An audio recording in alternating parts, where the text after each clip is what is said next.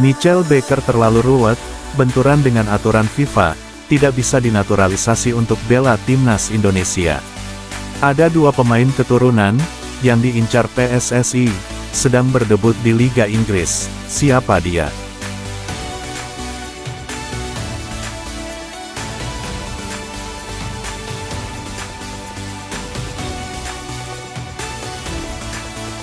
Michel Baker, yang sempat digadang-gadang menjadi harapan besar bagi timnas Indonesia, sangat dipastikan gagal menjalani proses naturalisasi. Kabar ini dikonfirmasi langsung oleh PSSI, yang menjelaskan kendala utama yang menghadang dalam upaya perekrutan Baker. Banyak pihak terutama para pendukung timnas Indonesia merasa kecewa dengan keputusan ini, karena mereka telah memendam harapan tinggi terhadap kehadiran Baker di skuad Garuda. Masalah utama yang menghambat proses naturalisasi Baker, adalah aturan FIFA yang cukup ketat sekali. FIFA menetapkan bahwa seorang pemain, yang ingin bergabung dengan timnas suatu negara, harus memiliki hubungan darah langsung, hingga generasi kakek atau nenek. Dalam kasusnya Michel Baker, meskipun dia memiliki leluhur Indonesia, darah Indonesia yang dimilikinya berasal dari buyutnya, yang membuatnya tidak memenuhi persyaratan FIFA. PSSI melakukan serangkaian verifikasi terkait hal ini, namun hasilnya sangat mengecewakan. Ketua Umum PSSI, Erick Thohir, mengungkapkan meskipun Baker memiliki darah Indonesia, hal itu tidak cukup untuk memenuhi kriteria FIFA itu sendiri. Bapak Erick Thohir bilang, Michel Baker terbentur aturan FIFA. Untuk masuk timnas Indonesia, harus memiliki darah Indonesia dari ibu, bapak atau maksimal kakek, nenek. Nah, Michel Baker memiliki darah Indonesia dari kakek buyutnya, sehingga ini yang terbentur aturan FIFA. Sebelumnya, Erick Thohir juga menyatakan bahwa, PSSI masih mencari bukti yang menunjukkan, bahwa Baker memiliki darah Indonesia dari generasi kakek atau neneknya, namun hingga saat ini bukti tersebut belum ditemukan. Setelah pemeriksaan kami, Michel Baker agak sulit untuk dinaturalisasi. Sebabnya, setelah pengecekan, itu sulit karena aturan FIFA mengharuskan ibu bapak atau kakek nenek memiliki darah Indonesia. Sejauh ini, kami belum menemukan bukti bahwa dia memenuhi persyaratan yang ditetapkan FIFA, ujar Erick Thohir. Kehadiran Baker sangat diharapkan untuk memperkuat timnas Indonesia dalam kualifikasi Piala Dunia 2026 zona Asia Grup C. Indonesia melawan Australia pada tanggal 20 Maret tahun 2025 dan Bahrain pada tanggal 25 Maret tahun 2025. Jika melihat ke belakang, salah satu kiper naturalisasi timnas Indonesia Maarten Paes, pernah terbentur regulasi FIFA. Namun siapa sangka, akhirnya ia bisa debut bersama timnas Indonesia di kualifikasi Piala Dunia. Rasanya tak ada yang tak mungkin, apabila PSSI terus berusaha untuk melobi FIFA, dan sebagai penggemar agar terus berdoa, agar proses naturalisasi berjalan dengan lancar.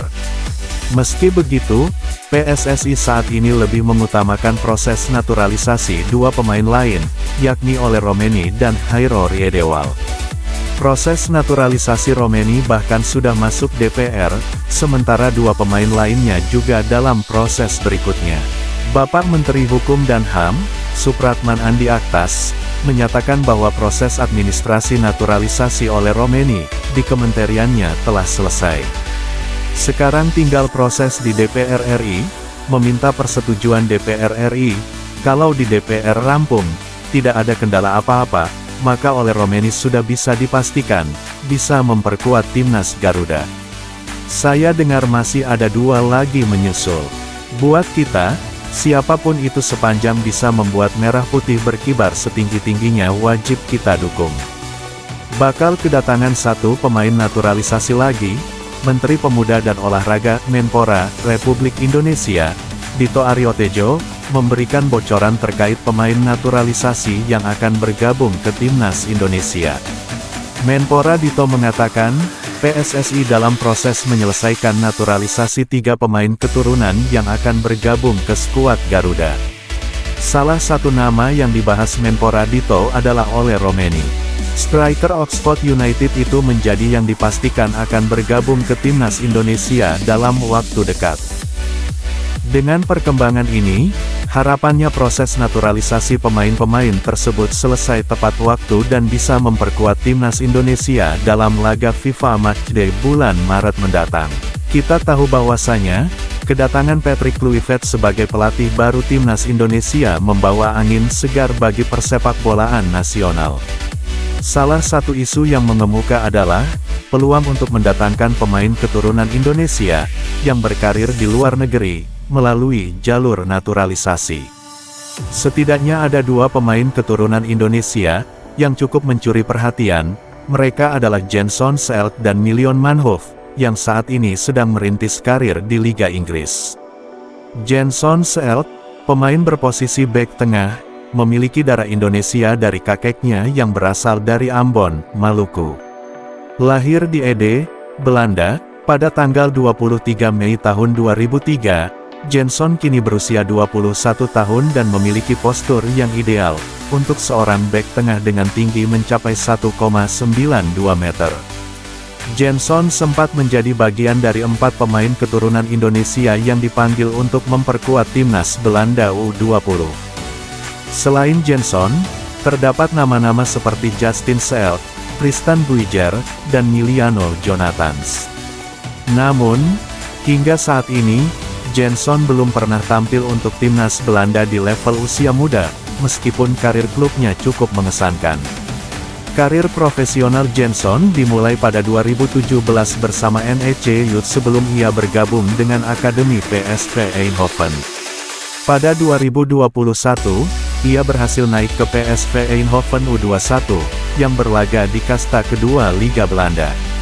Pada musim lalu, Jenson tampil dalam 23 pertandingan di semua kompetisi, mencetak 4 gol dan 1 assist, catatan yang sangat baik untuk seorang pemain bertahan.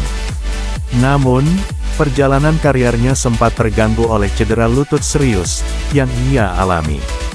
Cedera ini memaksanya absen selama kurang lebih 10 bulan, membuatnya melewatkan 33 pertandingan Sunderland di Championship musim lalu. Kini, Jenson mulai pulih dan diharapkan segera kembali merumput untuk membantu klubnya. Dengan latar belakang dan kemampuan yang dimiliki, Jenson bisa menjadi aset berharga bagi timnas Indonesia, jika ia bersedia dan memenuhi syarat untuk dinaturalisasi.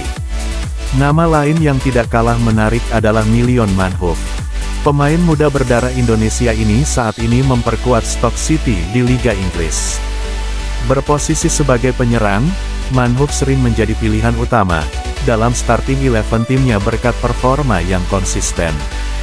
Berdasarkan data dari Transfermarkt, Maenhoff telah mencatatkan 20 penampilan musim ini dengan kontribusi 3 gol dan 2 assist. Ia juga memiliki tingkat partisipasi bermain yang tinggi, dengan total 70% menit bermain dari keseluruhan laga timnya. Namun, peluang Maenhoff untuk dinaturalisasi dan memperkuat timnas Indonesia cukup kecil.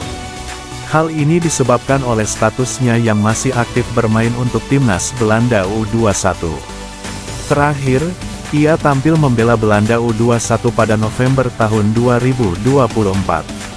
Meski demikian, peluang untuk membawa Maenhoff ke skuad Garuda tidak sepenuhnya tertutup. Mylion Maenhoff dan Jenson Seelt adalah 2 contoh nyata talenta diaspora Indonesia yang berkarir di Eropa. Apakah Mylion Maenhoff dan Jenson Seelt mau dan bersedia untuk dinaturalisasi, untuk memperkuat Garuda? Apakah PSSI juga berhasil menaturalisasinya? Kita tunggu saja kabar baik dari keduanya.